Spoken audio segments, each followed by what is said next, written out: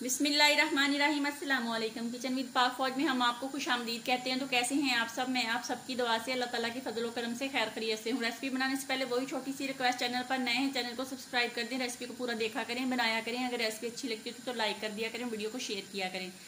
तो जनाब, आज मेरे किचन में बन रही है स्पेशल दाल आलू। इसको बनाने के लिए हमें किन किन चीज़ों की ज़रूरत है उनका लिंक मैं डिस्क्रिप्शन बॉक्स में भी डाल दूंगी, और जो जो चीज़ें मैंने जितनी जितनी मकदार में ली हैं वो आपको बता दूं।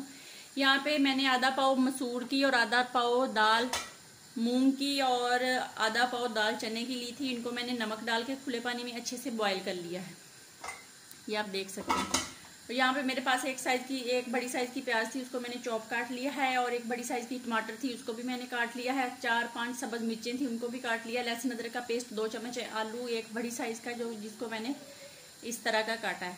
आप बेशक अपनी मर्जी से काट सकते हैं। तो खड़े मसाले यहाँ पे मेरे पास सूखी मिर्चें हैं, ये सूखी हैं, सब्ज और रेड 4 हैं। खड़े मसाले हैं जो आपके पास हों वो डाल लें। यहाँ पे स्पाइसी जो है सुरख मिर्च का 1 चम्मच है। नमक जायके के मुताबिक इस्तेमाल होगा। हल्दी चाय का 1/4 चम्मच है। सूखे धनिया का 1 चम्मच है। गरम मसाले का आधा चम्मच है। यहाँ पे मैंने कढ़ाई के अंदर 1 कप कुकिंग ऑयल का डाल लिया है। तो इसके अंदर सबसे पहले हम क्या डालेंगे, तो सबसे पहले हम इसके अंदर डाल देंगे अपना खड़ा मसाला। तेल हमारा गर्म हो गया है, तो इसके अंदर हम जनाब डाल देते हैं अपना खड़ा मसाला। इसको थोड़ा सा फ्राई करते हैं, फिर हम इसके अंदर डालेंगे अपनी प्याज।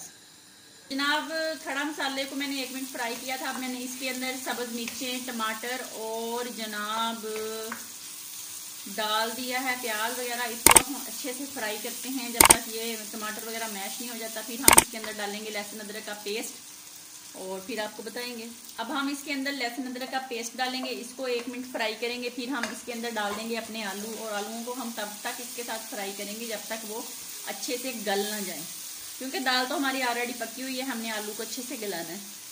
आलू डाल दिए, अब इनको अच्छे से गला लेते हैं। फिर इसके अंदर डाल देंगे हम अपने स्पाइसी मसाले डाल के इनकी अच्छी सी ग्रेवी बना के फिर आपसे मिलती हूँ।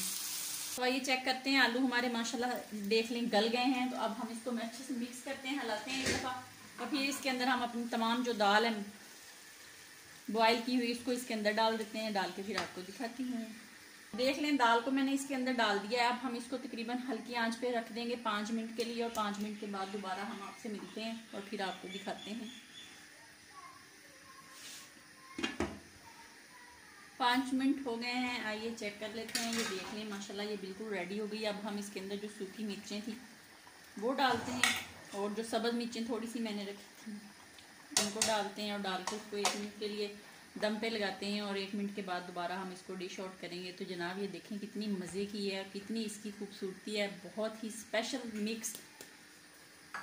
मिक्स आलू दाल है। इसको बनाएं इस तरह तो ये देखें आपके बच्चे इसको कैसे ऐसे वो क्या कहते हैं पंजाबी में ना, डूनियाँ भर भर के खाएंगे। तो ये जनाब इसको डिश आउट कर लेते हैं। बिस्मिल्लाहिर्रहमानिर्रहीम। तो इसको डालें जनाब अपने डोंगे में, और डाल के इसके ऊपर डालें मक्खन। मेरे पास आज ऑलरेडी मक्खन नहीं है, तो मैं यहाँ पे देसी घी का यूज़ करूँगी। अगर आपके पास मक्खन है तो आप मक्खन डाल सकते हैं।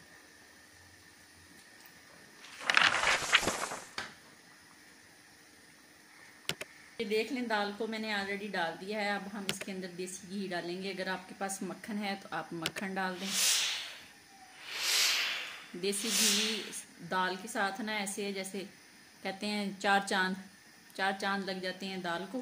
तो इस तरह बनाएं और खाएं। अपना बहुत ज़्यादा ख्याल रखें। यहाँ पे थोड़ा सा ना देसी घी गिर गया, मैंने तो साफ़ कर दूँ, अच्छा नहीं दिखता। तो अपना बहुत ज़्यादा ख्याल रखें, खुश रहें, दुआओं में याद रखें। ज़िंदगी रही तो फिर किसी नई रेसिपी, किसी नई चीज़ के साथ फिर हाज़िर होंगी। तब तक के लिए इजाज़त दीजिए। अल्लाह हाफिज़।